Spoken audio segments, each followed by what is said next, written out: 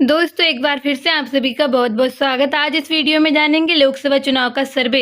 लोकसभा की सभी 543 सीटों का सर्वे आ गया है। जनता ने बड़ा ही खुलासा कर दिया कि इस बार लोकसभा में 2024 में किस पार्टी की सरकार बन सकती है। क्या यहाँ पर फिर से एनडीए पार्टी अपनी सरकार बना सकती है या फिर इस बार इंडिया को बहुमत हासिल होगी। जनता ने बड़ा ही खुलासा कर दिया है, तो आपको इस वीडियो में पूरी जानकारी मिल जाएगी। तो उससे पहले आप इस वीडियो को लाइक करें, शेयर करें। रोज़ाना ताज़ा फ्रेश ओपिनियन पोल जानने के लिए इस चैनल को सब्सक्राइब जरूर कर दें। आपको हर राज्य के बारे में पूरी जानकारी देंगे, किस राज्य में कितनी सीटें हैं और किस पार्टी को कितनी सीटें मिलती नजर आ रही हैं। आपको इस वीडियो में पूरी जानकारी मिल जाएगी। आपको क्या लगता है कौन सी पार्टी केंद्र में अपनी सरकार बनाने जा रही है, इंडिया या फिर एनडीए? आपको क्या लगता है? आप अपनी राय नीचे कमेंट सेक्शन में ज़रूर दें।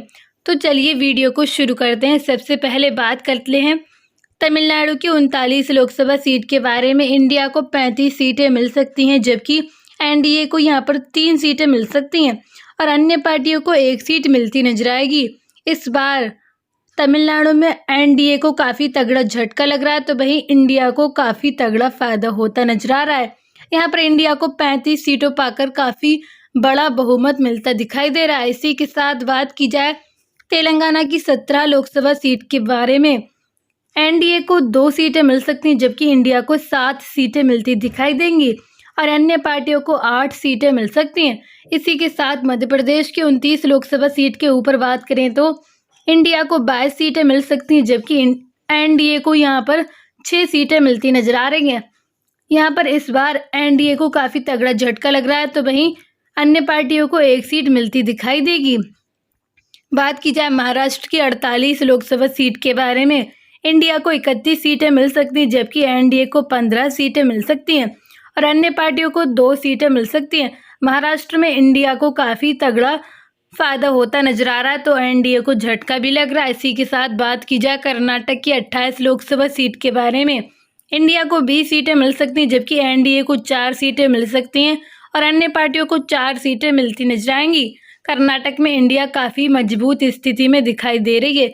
इसी के साथ गुजरात की 26 लोकसभा सीट के बारे में बात करें तो इंडिया को 13 सीटें मिल सकती हैं, जबकि एनडीए को 13 सीटें मिलती नजर आएंगी। इन दोनों पार्टियों के बीच गुजरात में इस बार काफ़ी बड़ी टक्कर हो सकती है। यहाँ पर एनडीए को इस बार काफ़ी तगड़ा झटका लग रहा है, क्योंकि पिछले बार के चुनाव में गुजरात के अंदर एनडीए को पूरी 26 में से 24 सीटें मिली थीं, जबकि इस बार 26 में से सिर्फ 13 सीटें मिलती नजर आ रही हैं। इस बार गुजरात में एनडीए को काफ़ी तगड़ा झटका लग रहा है, तो वहीं इंडिया को काफ़ी तगड़ा फायदा होता दिखाई दे रहा है। बात की जाए बिहार की 40 लोकसभा सीट के बारे में। इंडिया को 30 सीटें मिल सकती हैं, तो एनडीए को 8 सीटें मिलती नजर आएंगी और अन्य पार्टियों को 2 सीटें मिल सकती हैं। बिहार में इंडिया काफ़ी मजबूत स्थिति में दिखाई दे रही है। इसी के साथ उत्तर प्रदेश की 80 लोकसभा सीट के बारे में बात करें तो दोस्तों ये राज्य लोकसभा की सभी सीटों पर सबसे बड़ा राज्य है। सीटों के बारे में तो यहाँ पर बात करें, इंडिया को 28 सीटें मिल सकती हैं, जबकि एनडीए को 50 सीटें मिलती दिखाई दे रही हैं और अन्य पार्टियों को 2 सीटें मिल रही हैं।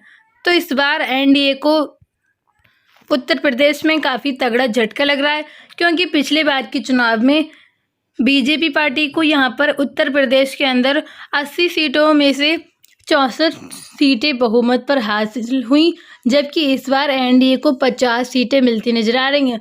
तो यहाँ पर उत्तर प्रदेश में एनडीए को काफ़ी तगड़ा झटका लग रहा है, तो इंडिया को काफ़ी ज़्यादा फायदा होते मिल रहा है।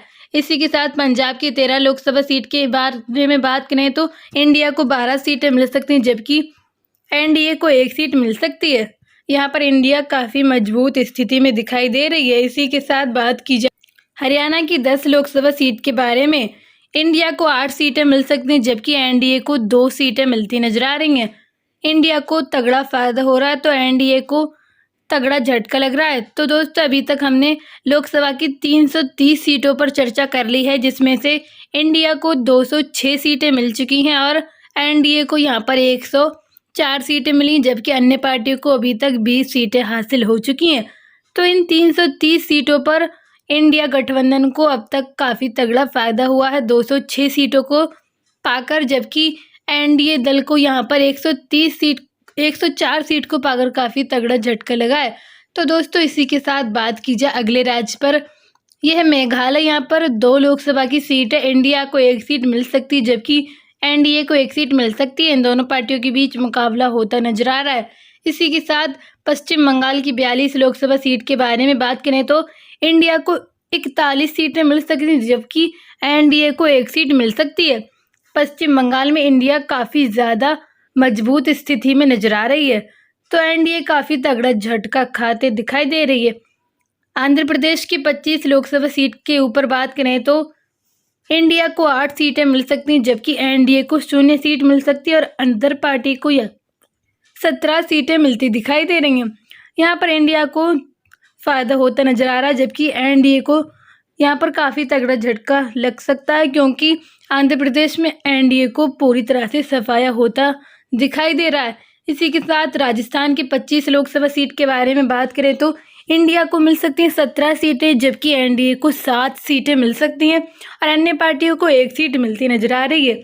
यहाँ पर इंडिया को काफ़ी तगड़ा फायदा होता दिखाई दे रहा है। केरल की 20 लोकसभा सीट के बारे में बात करें तो इंडिया को 16 सीटें मिल सकती हैं जबकि एनडीए को 0 सीट मिलती दिखाई दे रही है और अन्य पार्टियों को 4 सीटें मिल सकती हैं। केरल में इंडिया काफ़ी तगड़ा फायदा होता नजर आ रहा है। उड़ीसा की 21 लोकसभा सीट के बारे में बात करें तो इंडिया को 8 सीटें मिल सकती हैं जबकि एनडीए को 0 सीट मिलती दिखाई दे रही है और अन्य पार्टियों को 13 सीटें मिल सकती हैं। इसी के साथ असम की 14 लोकसभा सीट के बारे में बात करें तो एनडीए को 8 सीटें मिल सकती हैं जबकि इंडिया को 5 सीटें मिल सकती हैं और अन्य पार्टियों को 1 सीट मिल सकती है। बात की जाए झारखंड की 14 लोकसभा सीट के बारे में, इंडिया को 10 सीटें मिलती नजर आएंगी जबकि एनडीए को 3 और अन्य पार्टियों को 1 सीट मिल सकती है। अगला राज्य आता है मणिपुर। यहाँ पर 2 लोकसभा की सीट है, इंडिया को ये दोनों सीटें मिलती दिखाई दे रही हैं और एनडीए अन्य पार्टी 0 सीट पाती दिखाई दे रही है। बात की जाए दिल्ली की 7 लोकसभा सीट के बारे में, इंडिया को 6 सीटें मिल सकती हैं जबकि एनडीए को 1 सीट मिल सकती है। अगला राज्य आता है त्रिपुरा। यहाँ पर 2 लोकसभा की सीट है, इंडिया को 1 सीट मिल सकती है तो एनडीए को 1 सीट मिल सकती है। इन दोनों पार्टियों के बीच मुकाबला होता दिखाई दे रहा है। हिमाचल प्रदेश की 4 लोकसभा सीट के बारे में बात करें तो इंडिया को मिल सकती हैं 3 सीटें जबकि एनडीए को 1 सीट मिलती दिखाई दे रही है। अगला राज्य आता है अरुणाचल प्रदेश। यहाँ पर 2 लोकसभा की सीट है, इंडिया को 1 सीट मिल सकती है जबकि एनडीए को 1 सीट मिलती दिखाई दे रही है। बात की जाए छत्तीसगढ़ की 11 लोकसभा सीट के बारे में, इंडिया को 7 सीटें मिल सकती हैं जबकि एनडीए को 3 सीटें मिल सकती हैं और अन्य पार्टियों को 1 सीट मिलती नजर आ रही है। बात की जाए मिजोरम की 1 लोकसभा सीट के बारे में, इंडिया को ये 1 सीट जाती दिखाई दे रही है। एनडीए अदर पार्टी 0 सीट पा सकते हैं। जम्मू कश्मीर की 6 लोकसभा सीट के बारे में बात करें तो एनडीए को 2 सीटें मिल सकती हैं जबकि इंडिया को 4 सीटें मिलती नजर आएंगी। उत्तराखंड की 5 लोकसभा सीट के बारे में बात करें तो एनडीए को मिल सकती हैं 2 सीटें तो वहीं इंडिया को 3 सीटें मिल सकती हैं। इस बार उत्तराखंड में इंडिया को काफ़ी तगड़ा फायदा होता नजर आ रहा है, क्योंकि पिछली बार उत्तराखंड में एनडीए को पूरी 5 की 5 सीट हासिल हुई थी जबकि इस बार महज 2 ही सीटें मिलती नजर आ रही हैं।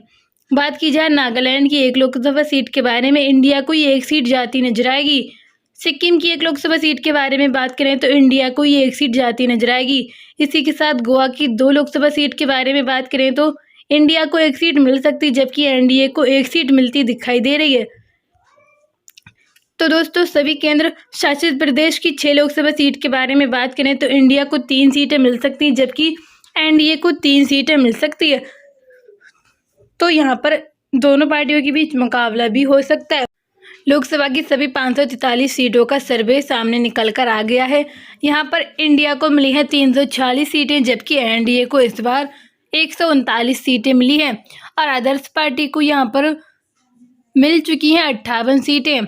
तो यहाँ पर इस बार इंडिया को काफ़ी तगड़ा बहुमत हासिल हुआ है, क्योंकि यहाँ पर इंडिया को इस बार 346 सीटें मिल चुकी हैं। जैसा कि आप सभी लोग को पता है, बहुमत के लिए यहाँ पर 272 सीटों की आवश्यकता होती है। जिस पार्टी के पास 272 सीटें होती हैं वही केंद्र में अपनी सरकार बना सकता है। तो यहाँ पर कांग्रेस पार्टी को काफ़ी ज़्यादा सीटें मिली हैं, 346, जो बहुमत से काफ़ी ज़्यादा हैं। तो वहीं इंडिया को तगड़ी जीत हासिल हुई है जबकि एनडीए को 139 सीटों को पार कर काफ़ी तगड़ा झटका लगा है।